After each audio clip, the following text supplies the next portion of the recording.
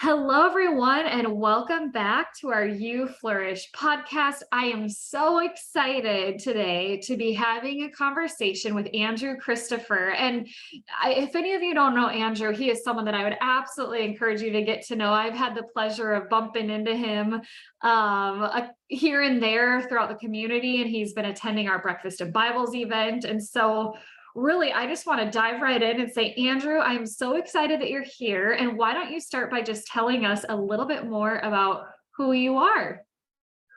Well, first off, Kelsey, thanks for having me on here. Really looking forward to sharing my faith journey and how I flourish in faith. So thank you so much. Well, I grew up in a Christian home. Had mom and dad at home. I have two younger sisters. So the oldest, I had to be the role model. Well, maybe I was, maybe I wasn't, but I'll let them be the judge of that. Big fun fact about me is I grew up in 5 different states. So Whoa, if you want to pull up a please. share for this one, I was born in Minnesota. I lived there for about 2 years and then moved to Sioux Falls, South Dakota, where I started preschool. And then I lived there for about 2 years. And then we moved to the east side of Wisconsin, kind of over by the Lake Winnebago, Green Bay area. It was really beautiful out there. Grew up out there for about 5 years. And then we moved down to the Corn Belt, Cedar Rapids, Iowa, for a couple years. And then about 10 years ago, we moved to Fargo and been here ever since. Although I did go to MSUM for college, I studied communication studies with a training and development emphasis. And so I guess you could say I made the rounds since I moved to Moorhead. So made the rounds of the upper Midwest. Yeah, I graduated from Fargo Davies High School in 2018. Go Eagles. I did cross country and track and field in high school. Kind of got nudged into it since I was one of the front runners of the mile run in PE. So, Wow, that's awesome. yeah. And then, started working at Starion Bank as a universal banker during my time at MSUM. And then after I graduated, I moved on to a full-time banker position, and now I'm up to a universal banker 3. So what I do is I pretty much say I do everything: deposit accounts, loans, account maintenance, building relationships, etc. That's my favorite part about this role is building relationships. And everybody has a different story, everybody has a different situation, and that's what I really love about this role. And yeah, outside of work, I love to volunteer. I currently volunteer at Northview Church. I volunteer weekly with the youth ministry. I lead a small group of senior high school boys, and that's been a learning experience for me too, because I didn't know the Lord when I was their age. So it's really been cool to see, well, what does serving Jesus look like when you're in high school? And so there have been some amazing kids that are in that ministry, and a lot of them were sending off to college, and they'll go spread their faith to college. So it's been really amazing. My wife and I also serve on the prayer team at Northview Church, so we spend a lot of time, praying over the church, praying over others. It's been really, really cool, really amazing to see the Lord move amongst everybody. Yeah, outside of volunteering and outside of church, I like to go fishing. I like to go kayaking, snowshoeing, pretty much anything outdoors I do. My wife got me into snowshoeing this past winter, so yeah, but I really enjoy it. Yeah, that's a little bit about me. Yeah. Now, you mentioned that you grew up in a Christian household, that your parents were both Christians, but then in the same token, you mentioned that when you were in high school, you didn't know the Lord. So it sounds like you've Yeah. had some twists and turns throughout your life. So do you want to just paint a picture of kind of some of those pivotal moments within your faith and starting back from childhood, but growing into college, and then now where you're at now with your faith? Maybe paint a picture of what that journey has looked like for you. Sure. So, so I grew up in kind of like, I went to church on Sundays, went to youth group on Wednesdays, and it had an impact, but it was just kind of a thing that I checked off the to-do list. It didn't really have a huge involvement in my life. And so that was kind of the first 18 years of my life until about senior year of high school. Um, just some things going on, that I just said, you know what, I'm just gonna step away from the church. And so right there, it was about 2 years where I didn't identify with a faith. I didn't really have anything to turn to. And so right there, that was a really dark time period for me. And so when I went to college, there was a girl on my floor who I became friends with, and she invited me to a campus ministry. Some of the listeners might know who it is. It's called Chi Alpha Ministries. And so she kept inviting me, and I kept finding excuses not to go. But she was persistent. I will give her credit for that. um, and so eventually, like, just a lot of struggles with anxiety, depression, and eventually got to the point where I was like, you know what, I'll give this a shot. So I went to Chi Alpha, and actually, the funny thing is, it was in February. So they were doing all the relationship talks and everything. So went right into the middle of that. But that same time period, when I started going to Chi Alpha, I started reading my Bible. Um, kind of not really living for the Lord. So I'm kind of changing my ways a little bit, seeing, wow, I want what they have. Everybody here is filled with so much joy, so much happiness. I could tell that I felt genuinely welcome there. I was almost kind of like, what's wrong with these people? It was just, and I was thinking, like, I want what they have, but what's holding me back from that? And so I'll never forget that day. So I started going to Northview Church. They don't have it anymore, but they used to have a program for college students called The Shift. It was on Sunday nights, and it was a church service geared toward college students. And so at the end of every service, they do a little prayer time with every head bowed, every eye closed. If you want to give your life to the Lord today, you want to make a decision to do that, if you could just stick a hand up, just so I know who to pray for. And I felt ready. Someone was just compelling me, stick your hand up. So I stuck my hand up, and yeah, March 8th of 2019 was the day, and I'll never forget that day. And so at that point, I had already met who is later going to be my wife, Ashley. We were just friends at this time. And she's really helped me out with kind of getting started in my faith journey too, because she knew the Lord already, but I didn't know the Lord. And I really admired her because she was really good at guarding her heart. And I knew that because the first time I asked her out, she said no.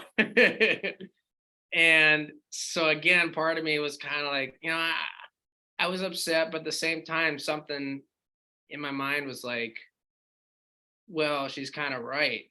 You want to live for the Lord, but there are some things that you just have to set at his feet, that you just have to let go of. And so I was like, oh, I guess I do, don't I? So I started just really surrendering, like, my anxieties, thoughts, who I was hanging out with wasn't really in the right crowd. I just, after that point, like, the Lord really moved. I could tell, I started, after going to church more consistently, hanging out with the right group of friends. I got plugged into a small group. We don't call them small groups anymore. We call them life groups, but they're basically groups that you do life with. That's why we call them life groups. Get it? And so, yeah, I'm in a couple life groups now that I'm out of college. But yeah, and then I remember one day Ashley and I were sitting in the campus dining center, and I'm just eating my spaghetti, and she's like, all right, I think I'll go out with you. And I'm like, what? And then my mind's going like a billion miles an hour, because I'm like, yeah, but I'm like, oh, first date, what are we gonna do? Oh, Yeah. cute. I love that. I love that. And so she had taken enough time to discern and felt like it was time. That's right. Yeah. I love that. Well, and I know you talked about like shifting and how you were maybe hanging out with people that weren't quite the right people and doing things that you weren't maybe feeling like you were on the right path. I mean, if there's a listener right now that's listening in that kind of is thinking about their life and thinking that these are some of the decisions that maybe they need to be making about who they're hanging out with and all of that. How did that transition go? Do you have any tips for someone that's maybe considering needing to step away from some friendships because they're not godly relationships? I think the big thing I struggled with the transition was, you know, don't be afraid to say no. You know, Mm, like there, see, like, and I guess even now, like, I'm a yes man. Like, I feel so bad if I have to tell somebody no. And so that was mm, the first time in my life where it was hard. But like if something in your heart is just stirring to, I want something better than this. I mm, want to work toward this. Sometimes that's what you got to do. That's what you got to work toward and lean to. So, right. yeah. Well, I know I'm trying to remember what Bible verse it is or where it's found in the Bible, but there's the verse that's let your yes be yes and your no be no, because anything else comes from evil. And I think about how hard it is to give a definite yes or a definite no to certain situations, and how it's, I think we're in the day and age where ghosting people is Yeah.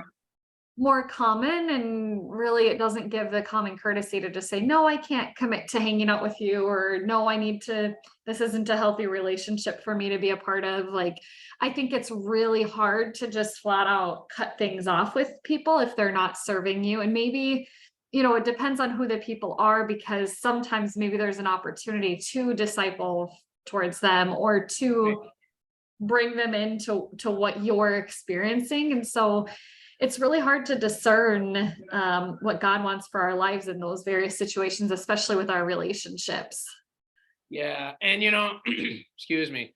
And some of them, I do keep in contact with, but they respect that, I don't do those things. And um some of them are shocked that I follow Christ now, but a lot of them are even more shocked that I work at a bank. So I don't know what's what's It's better. so shocking. With working in a bank, I mean, are there things that you do in your day-to-day routine that help you stay connected to your faith? Well, I know every morning, actually, so every morning as I'm walking from my I live in a third floor apartment, so plenty of time to walk. Do you take the stairs or is there an elevator? There's no elevator, so I take the stairs. Perfect. I've gotten more used to them, but Oh, um, funny.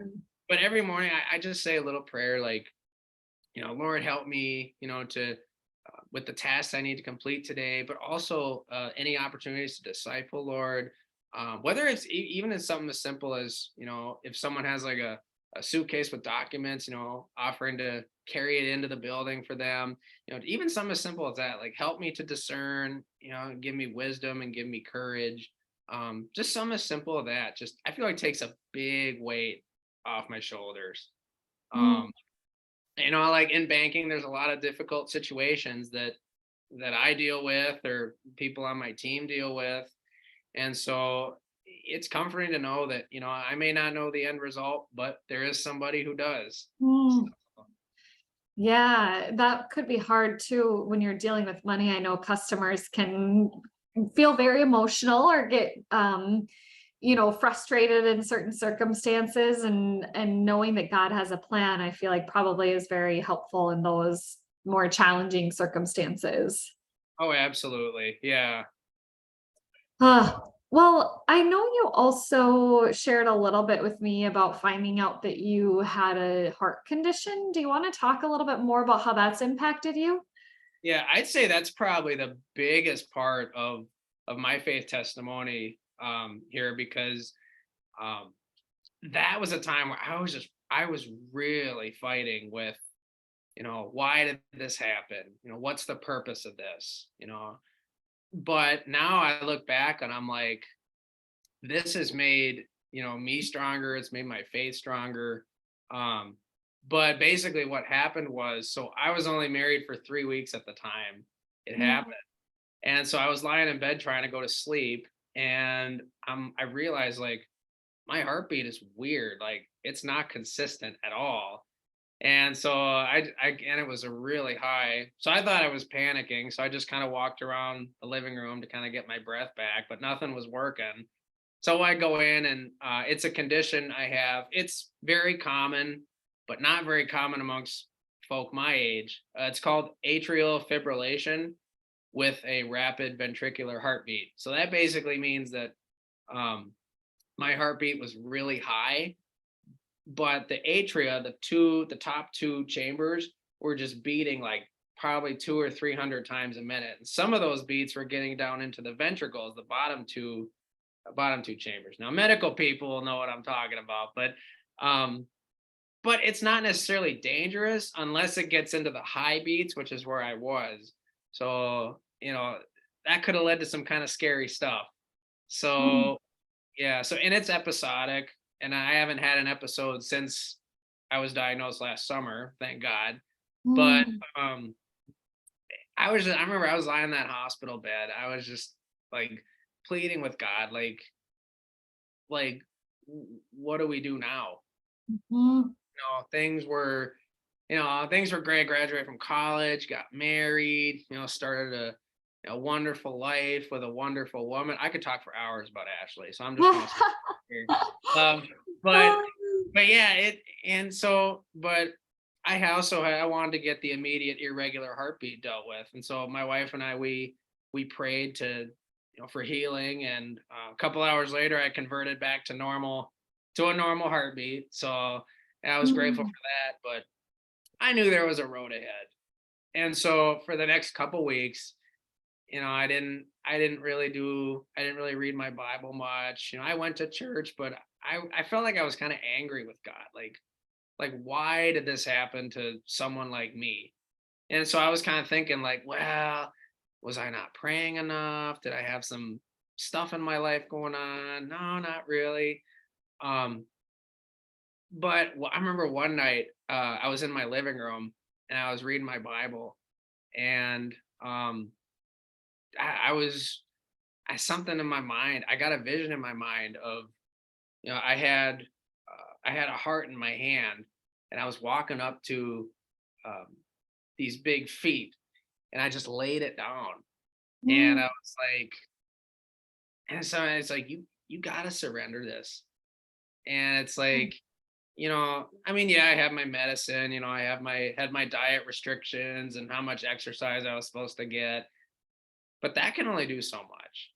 It's like he's like, the Lord's like, you can't take this burden in your mind. Like you need to surrender it. And so at that moment I was like, all right, I'm just gonna lay this at your feet, Lord. And mm, and so right there, I used to worry about like everywhere I go, I'd be like, all right, if I had an AFib episode here, what would I do? If I had if I was, 2 hours away from a hospital, what am I gonna do? And mm, so but now I rarely feel that way anymore. In fact, if anything, it's helped me to realize like, hey, you know what? Like you can't spend your whole life worrying about this. So especially like my wife and I, uh we've been to the North Shore the last couple weeks. Climbed to the top of Lookout Mountain at Cascade River State Park with mm, minimal issues. And that right there, I gave glory to God for that. It's been so incredible. And um, it's really helped me trust him with, it's like, you know what? I got this ailment I'm dealing with, but I'm going to trust you that you'll take care of me. mm. Well, that's amazing. I was curious if it had any physical implications as far as how much exercise you could do, or what are those restrictions like? So basically, they said like cut back on like processed foods, fatty foods. I've been doing that. But they didn't put a limit on exercise. Now, I mean, I did cross country in high school, so I do like, half marathons, but I don't do those anymore. But they said, yeah, no, like ultra marathons, marathons. Um, but if anything, I like to cycle, I like to kayak, canoe. I've been doing a lot more of that. And so I feel like that's definitely helped too with, getting my heart rate down. And so, yeah, but as far as, my team says, they didn't put any restrictions on me except, yeah, no ultra marathons or anything Mm, like that. So you're probably okay with that, maybe. I said, I think so. Had you had a dream of doing that before you found out this? Well, because when I was in cross country, we do 5Ks, and I had an aspiration to run in college. So I was like, well, I wasn't good enough for Division 1. Division 2 was a sweet spot, but but I ended up not doing it, which I'm glad because kind of like going back, what is the Lord's plan? His plan was for me to go to college and build relationships with others, get involved with with other things, and Mhm. so yeah. Um, but I mean, after that, I wouldn't say I had an aspiration after that to do those things, but So you're probably okay with not being able to run a marathon tomorrow. I would agree. I'm curious, you talk so much about Ashley. Can you just tell me what has she taught you about your faith? I mean, you've mentioned her a couple times about how she's really helped you and how you guys pray together and all sorts of things like that. But I'm just curious, tell me more about Ashley and what she's taught you. Well, I'll have to set a timer here. Well, she's really taught me what it means, to be patient and to be still. I really like when we during the evening times we have Bible time where I sit in my recliner, and recliner is my spot at our place, and and we're both reading our Bibles, and um but she's like, I just see she's into it. She's reading the Word.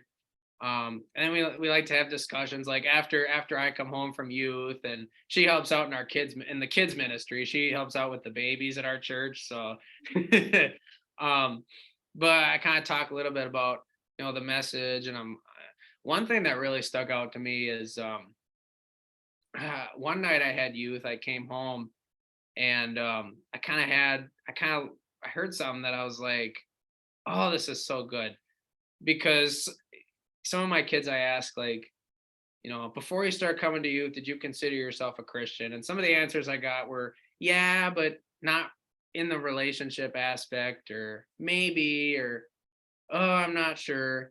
I said, well, how's that answer changed now? And some of them are kind of the same. And so I was like, okay, well, I told Ashley, I'm like, how would you feel if someone asked if I was married to you, and my answer was, yeah, but not in a relational way, or yeah, maybe, So, but I think the big thing though that we do is accountability. Accountability is huge for us. Mm. Like, something that that we strive for is we make sure to pray in the morning before we go off for the day, and we pray before we go to sleep. We pray before meals, and we ask, how is your prayer life going? Or is there something that the Lord laid on your heart? um and we actually, she had something laid on her heart recently that we're both praying about, just for discernment, and just the Lord generating a pathway. um but yeah, I feel like, because one thing about that I believe in is, yeah, I mean, we have the Lord, but you also need your community here too. Mm. And so that's why I'm passionate about that I have my life partner, Ashley, that I can do life with. And I also have my two life groups that I'm in through my church that I can do life with too. Ash and I, we're in a married couples life group. And then I'm in a young men's life group that meets once a week. And so, but she's really taught me that, yeah, it's very important to, have that accountability, have that person to talk to, about, what's going on in your life, what's the Lord stirring up in your heart, and what's He presented to you. Yeah, she's just my wife is amazing. She's just a wonderful woman of Christ. Hmm.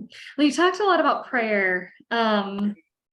prayer is one of those things that I think it becomes more comfortable the more you do it. But do you have any like words of wisdom or thoughts around how prayer has transformed your life, personally, professionally, you know, any aha moments of times where you've really had a prayer answered that you've seen? Or I'm really curious to hear your thoughts and feedback around specifically the concept of prayer. So something that so I grew up thinking that, prayer was just, you say what you need and that's it. End of story. Goodbye. Well, then I learned that after I started going to Chi Alpha a little bit, that prayer is actually a conversation. It's a Hmm. conversation between you and the Lord. So maybe sometimes, you sit and just listen for him. Just maybe what I like to do is I like to read in the word, read my Bible for like 10, 15 minutes. And then I just sit back in my recliner and go, all right, Lord, what do you have for me today? Or, Hmm. or sometimes, I do have a lot of my heart that I gotta, spill out. And the awesome thing is that the Lord already knows that, but it's still good to just talk to him and then you hear him back. And he often now the Lord's not like this booming voice from above, something he speaks very subtly to me. So it could be from, other people. I was in fact, last spring I was really praying about, what should I do after graduation? 'Cause Hmm. that I think that's what a lot of college grads are thinking, Yes. they're in their senior year. And actually I had a busy senior year because Ash and I got engaged in September of senior year. So you can imagine how how busy of a year that was. But but I really surrendered that, the Lord's gonna lead me to the right place. And he did. I really enjoy it here and I can tell this is where I'm supposed to be. But just is like just releasing that to the Lord and having that be that two-way conversation with him. That's Hmm. really helped me out a long way. Wow, that there is such impact in that silent time and just time to reflect on both what God's saying and the word. And I know for me, it's funny because I come from a Lutheran slash evangelical background, and my husband comes from a very Catholic background. And Yeah. for me, I want to talk about the word and I want to engage in dialogue. And for him, it's a lot more thoughtful meditation and thinking about God. And it's interesting because when we first were dating, I was like, does he ever like pray or like talk about or like talk to God? And I was really curious. And I found out through conversations with him that like all day long, he kind of sees himself as in this constant state of prayer. And so while he's a little bit more quiet sometimes about his faith, he really brings prayer in throughout his day when he's entering into Yeah. situations. And I heard it once said that prayer is the posture of your heart. Boom. Right there. I thought that was so eye-opening to me because I'm like, I think of prayer as like it's something that it's right before mealtime or it's right before you go to bed. But really, as Christians, I think one of the ways we can best integrate prayer is by thinking of it as what's the posture of my heart? Am I open to receiving God's voice and listening for him? And don't you find that the more time you spend in prayer, the more prayers get answered? Like Oh, it's 100%. just 100%. this like complete it's so beautiful. I find it's what you focus on. If you're looking for ways that God is blessing you, you will see all the incredible abundance he has given you. If you aren't Yeah. thinking about that, then you're going to think he is not blessing you because you're not focused on seeing his goodness right in front of you. Yeah, and that was kind of what last year after my atrial fibrillation diagnosis, that's all I was noticing. And I was noticing the ways that, oh, I'm not going to be able to do this anymore. I'm not going to be able to do that anymore. Mm-hmm. When really, I realized that I wasn't looking at, well, what are some good things that came out of this? Or what are some things that, I still can do? Even it's funny, a lot of the things that I thought I wouldn't be able to do anymore, I still do. Mm. Like going out, taking the kayaks out, and like I enjoy doing those. I'm actually gonna hopefully break them out next week, but but it's amazing. Mm.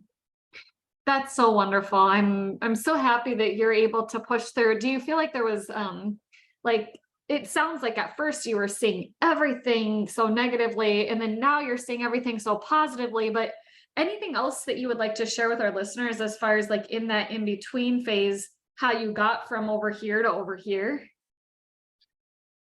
Yeah, that's a really good question. I think it was just really just taking a step back and looking at the big picture and going, and sometimes it just takes time. Mhm. Like with this, it's episodic. So, some people could have an episode every 2 weeks. Some people could have one every couple months. Now, it tends to be a progressive illness. So as I get older, I'm going to have more and more frequent episodes. Um, but I joined on Facebook. I actually joined a support group Mm. with people who have this, and it's been fulfilling to know that there are other people in my boat. There are people even younger than me in the same boat, Mm. and so but I think what my role there is to embrace some positivity. Like I posted in there a couple weeks ago about how, yeah, I was diagnosed last summer, but with help, I was able to climb to the top of Lookout Mountain in Northeast Minnesota. And so I just got comment after comment after comment about, oh, thank you for this. I needed this today. Or that's so cool. Like, my friend has AFib and he goes to the Boundary Waters every summer, and then it's a good way to connect. Like, oh, I love the Boundary Waters. Um and sometimes I ask in there too, like if somebody is in the hospital with AFib or about to go have so there's a procedure called an ablation that kind Mm. of kills off the Yeah. extra pathways. So, I comment like, hey, I'm praying for you. And I could tell I sometimes I get replies going, thank you so much. And I hear the result of how the procedures went. Mm. And so right there, I feel like that's a good spot too, that, the Lord placed me in that to just pour that positivity out. Yeah. Well, and I've said this in a couple podcasts, but I'm going to say it again because it resonated so strongly with me. I heard a sermon one time that it said in the Bible, it doesn't actually when it says God won't give you anything that you can't handle, he's not meaning you individually. He might give you some pretty tough stuff, Yeah.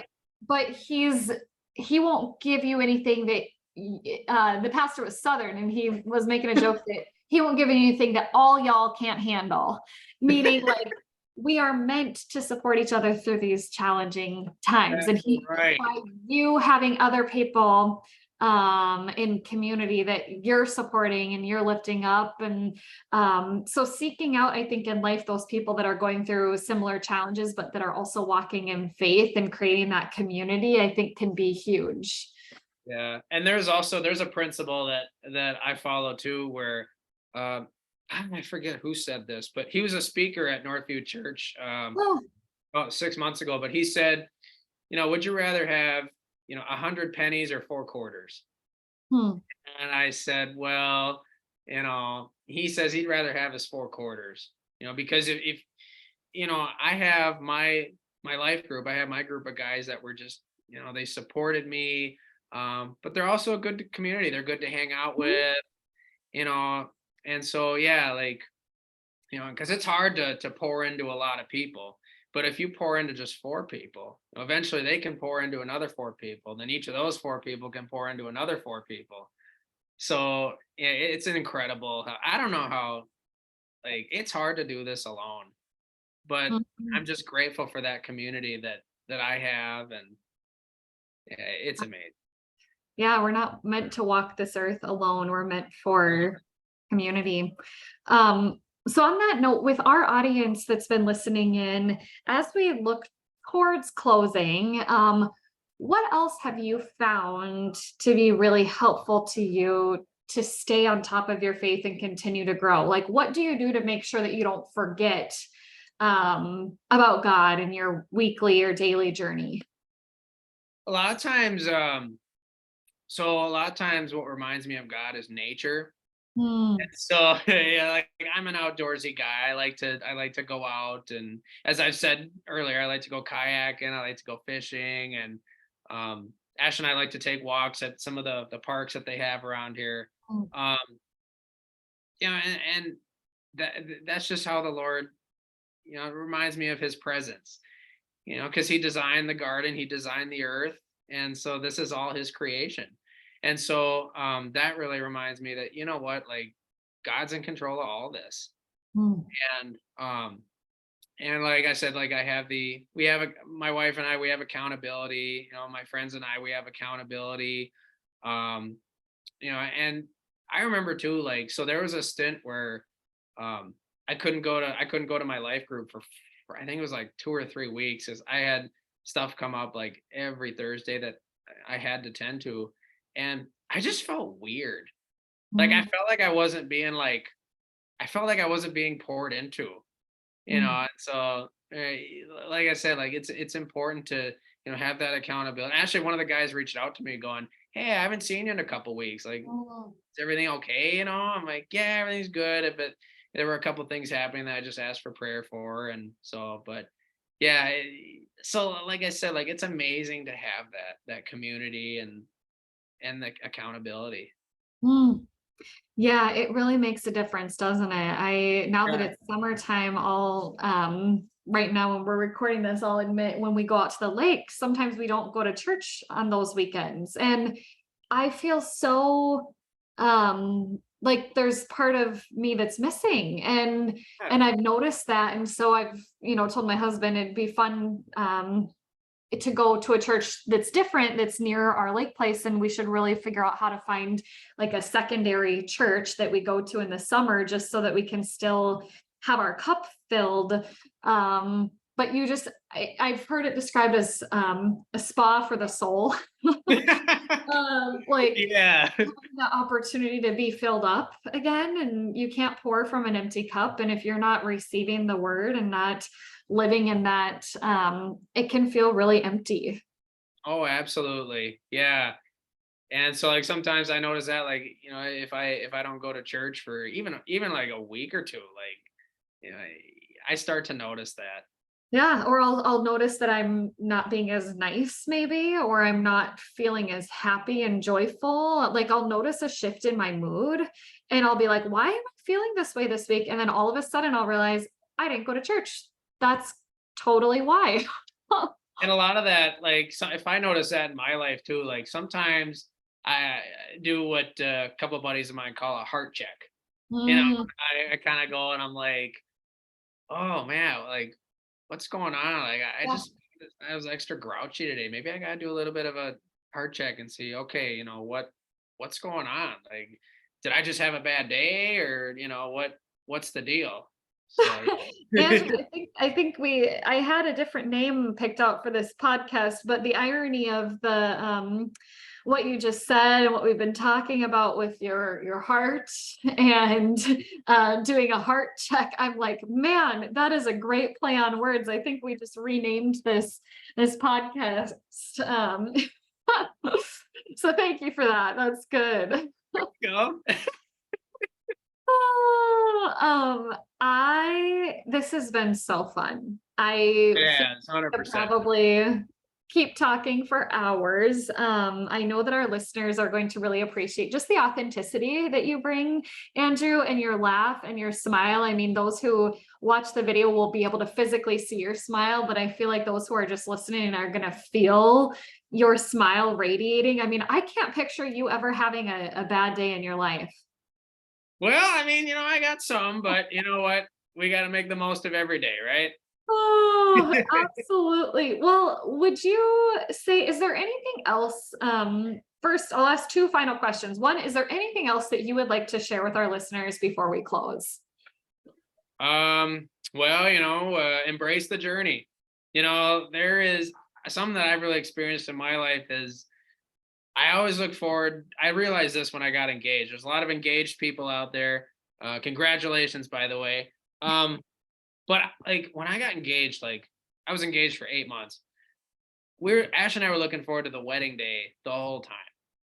But every season the Lord puts you in, has just awesome things about it. And if you don't embrace those, you're gonna miss a lot.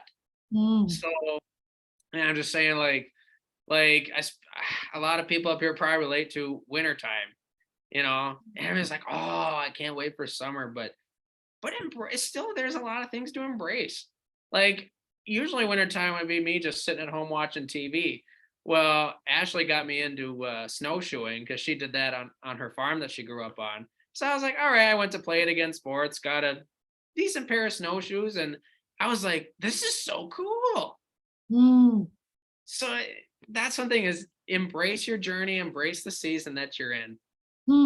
I think that's so important. I felt the same way this morning when I was reflecting. I had my little daughter, she's now 10 months, and she was Oh, just crawling around on the floor. And I just sat down on the couch and I said, Kelsey, you need to be still right now and just enjoy the moment, because previously to that, I was just thinking about all the things that I have to get done today, right? Like I'm so futuristic. Like I need to do XYZ so that this can happen, and just continuously thinking so far forward that I don't take a yeah. moment to really embrace the season and embrace the moment. And I just can't believe even in 10 months how big she's gotten. And I think time Yeah. changes so fast, and you never know when you might wake up and have a heart condition, right? Or have, a circumstance that changes things for you. And so just embracing that journey, I love that, Andrew. That is so good.